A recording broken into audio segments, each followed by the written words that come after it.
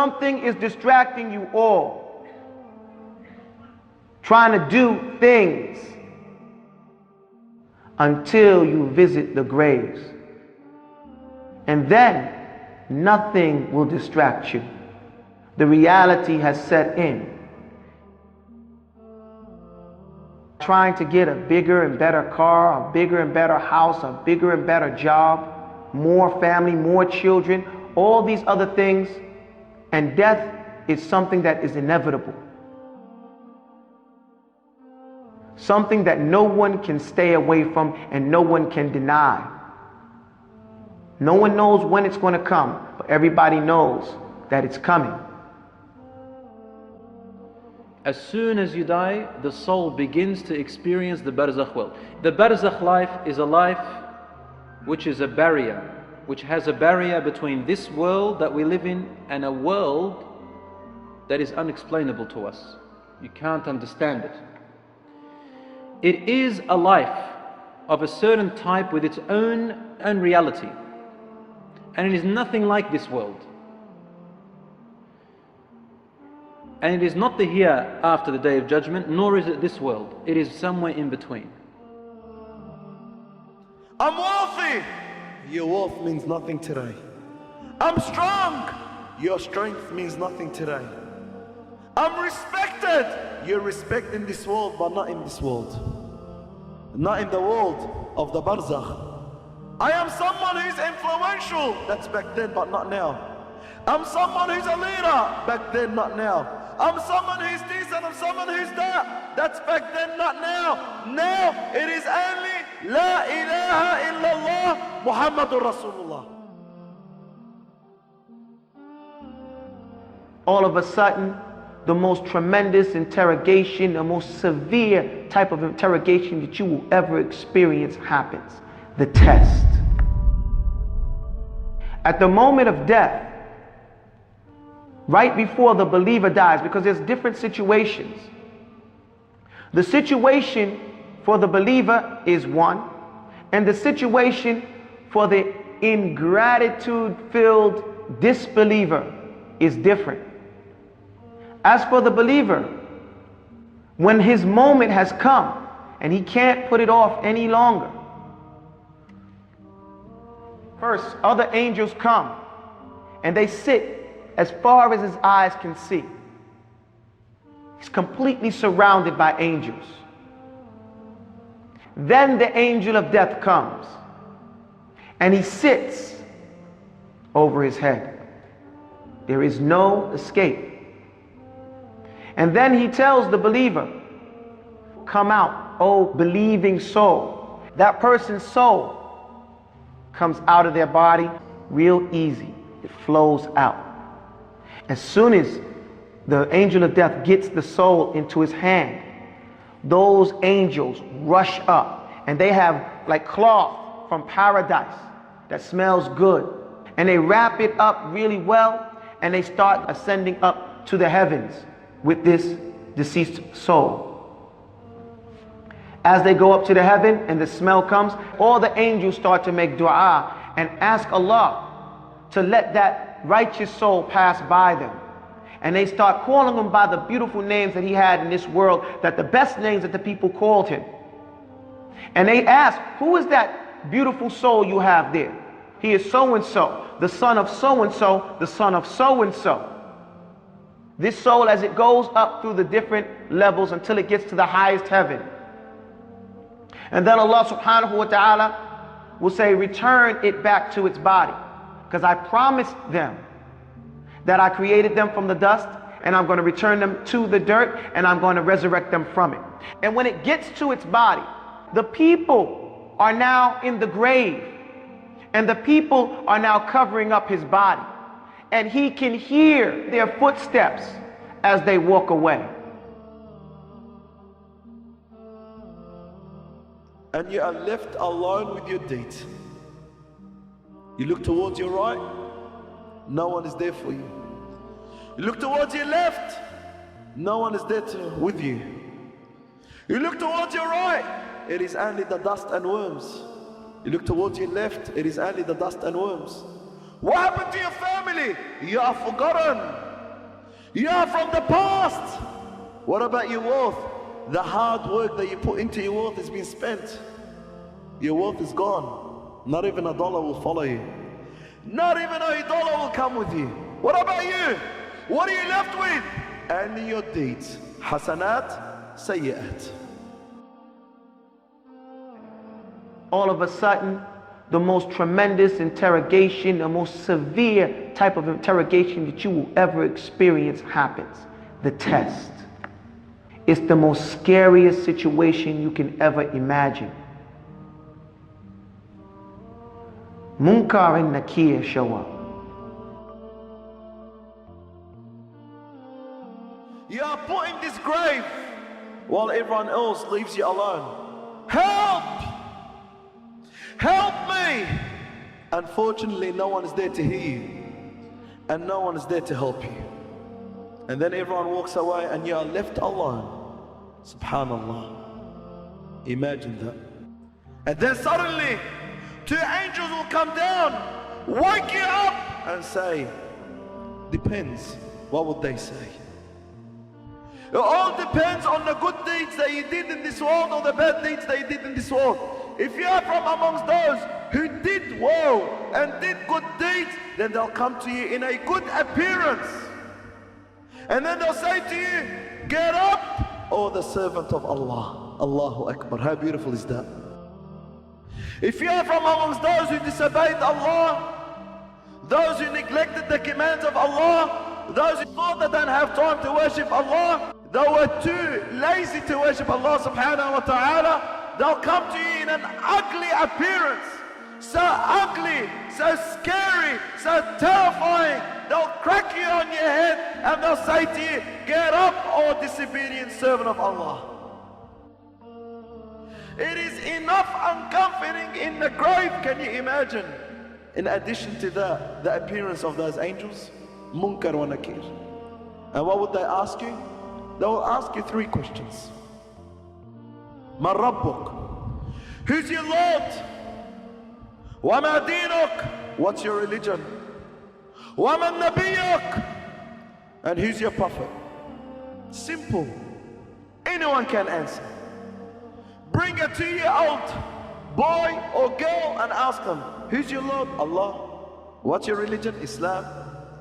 Who's your prophet? Muhammad sallallahu alayhi wa sallam. Very simple to answer now. But my brothers and my sisters, it is so difficult to answer when you're in the grave. Because at that time, it's not the tongue that speaks. It's not the tongue that will utter. It is this heart and what this heart contains. If you were connected to Allah, then your answer will be, when you are asked, Man Rabbuk, who is your Lord? My Lord is Allah. My religion is Islam. And who is your prophet? Your answer will be, my prophet is Muhammad sallallahu alayhi wa sallam. Then a voice will come from the heavens and says, he has spoken the truth. Open up for him a window from paradise and spread his grave out. Make it comfortable for him. His grave is spread out as far as he can see. He's relaxing. And he's shown the hellfire. And it said to him, this would have been your place in the hellfire. And a beautiful face shows up. And so the person in the grave is going to say, who are you? You know, but you got a good feeling. He says, I am your good deeds. I am your good deeds.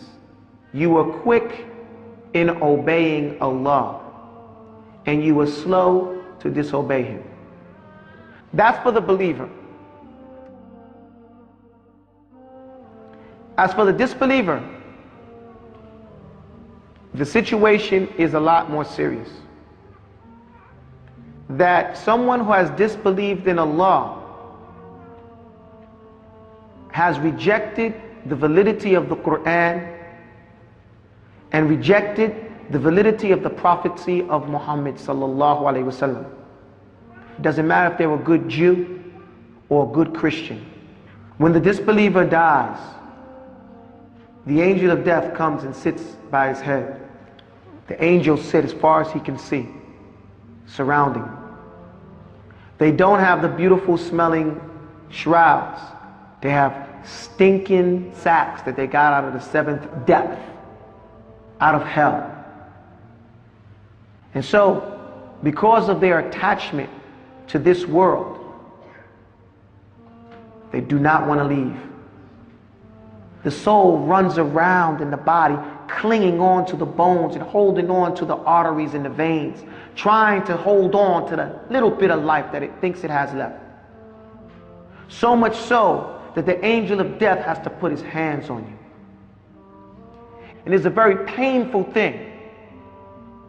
And as the soul is pulled out, as soon as it's ripped out of that body, those other angels, they rush it and they stick it into the sack and they wrap it up. And all the angels in the heavens cry out to Allah, "Oh Allah, don't let that stinking nasty soul pass by us." And they say, "Who is that? Who is that nasty foul soul?" And he is so and so, the son of so and so, the son of so and so. The angels start cursing him and calling him by the worst despicable names he's ever been called in this world. When he goes up to the paradise and he gets to the lowest heaven and he asks to come in, angels refuse. They do not give him entrance into even the lowest heaven. And then Allah calls out telling them, return it to the earth, because I promised them that I created them from the dust and I'm going to return them to the dirt and I'm going to resurrect them from it. But this time it's not taken back to its body. It's thrown. They want to get rid of it. The angels throw it back down to the earth and it slams into its body. When it slams into its body, it hears the footsteps of its people walking away from the grave. And next thing you know, Munkar and Nakir are there again. And they sit him up in a rough manner. And they yell at him and tell him, who is your Lord? And he's, I don't know. And he's lying. Then he says, what is your religion? He said, He just got ripped out of his body. He just got taken up to the heavens. He doesn't even know what was going on. And his stinking sack slammed into the earth, back into his body. And now these strange creatures that he never imagined before. You'd be saying, you'd be saying it too, if you weren't prepared. He's going to be asked, what do you say about that man? Who is that man that came to you? And he's going to say, I don't know. And then you're going to hear from the sky, he's a liar, she's a liar. And then the angel's going to say, what do you say about Muhammad? And he's going to say, I heard some people saying some stuff, so I said it too. And then they're going to beat him. They're going to beat this person up.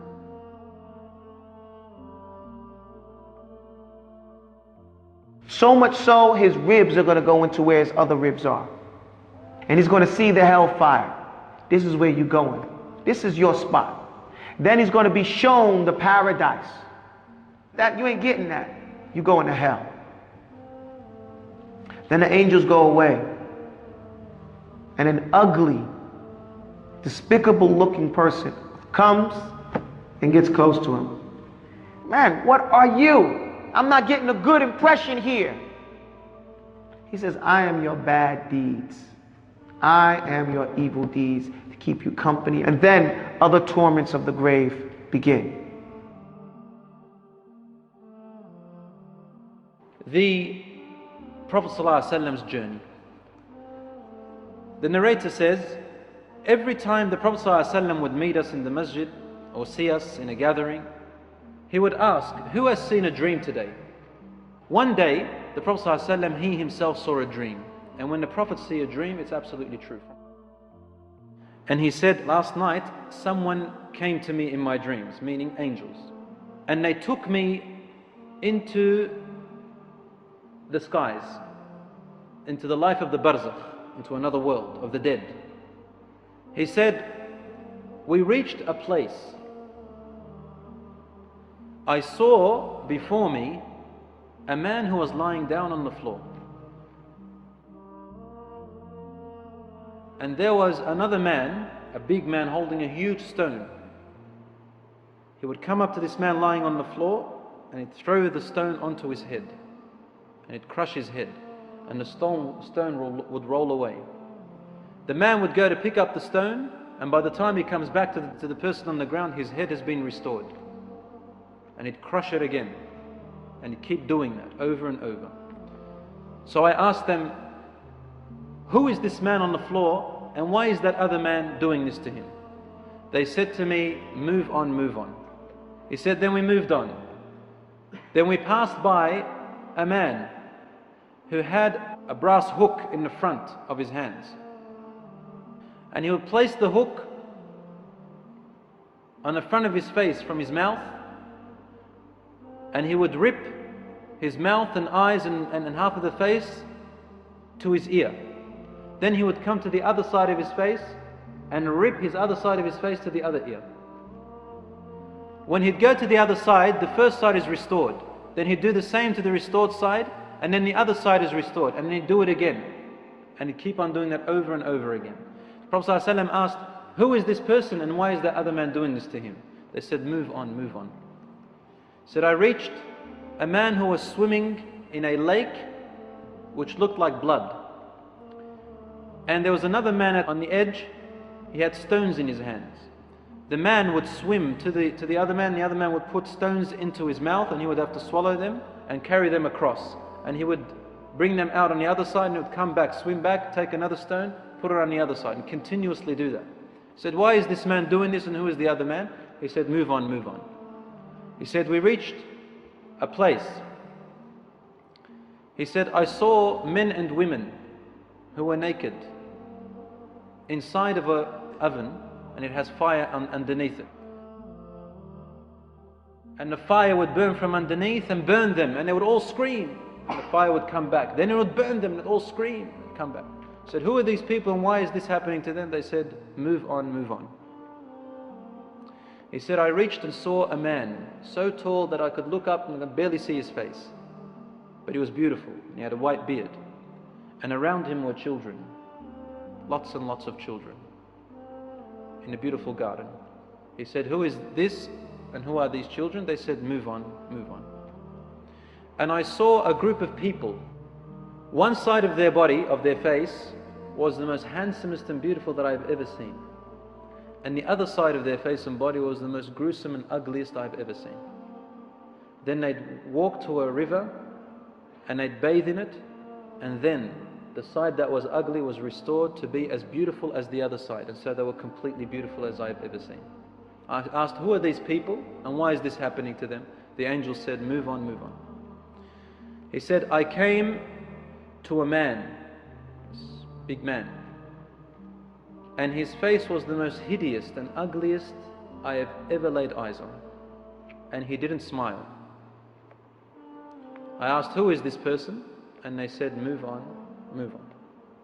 Finally, as the dream was almost over, I turned to my companions and I said, this night I have seen many strange things. Can you explain them to me? And they told him, the first person that was having a man crushing his head,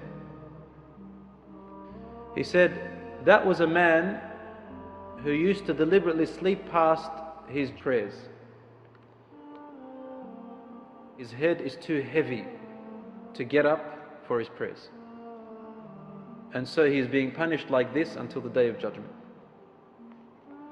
The second person, who were having hooks ripping their sides of their faces to their ears, said, these are the people who used to spread lies about other people without making sure if it's true, and they carry it about the other people, ruining their lives and their reputations.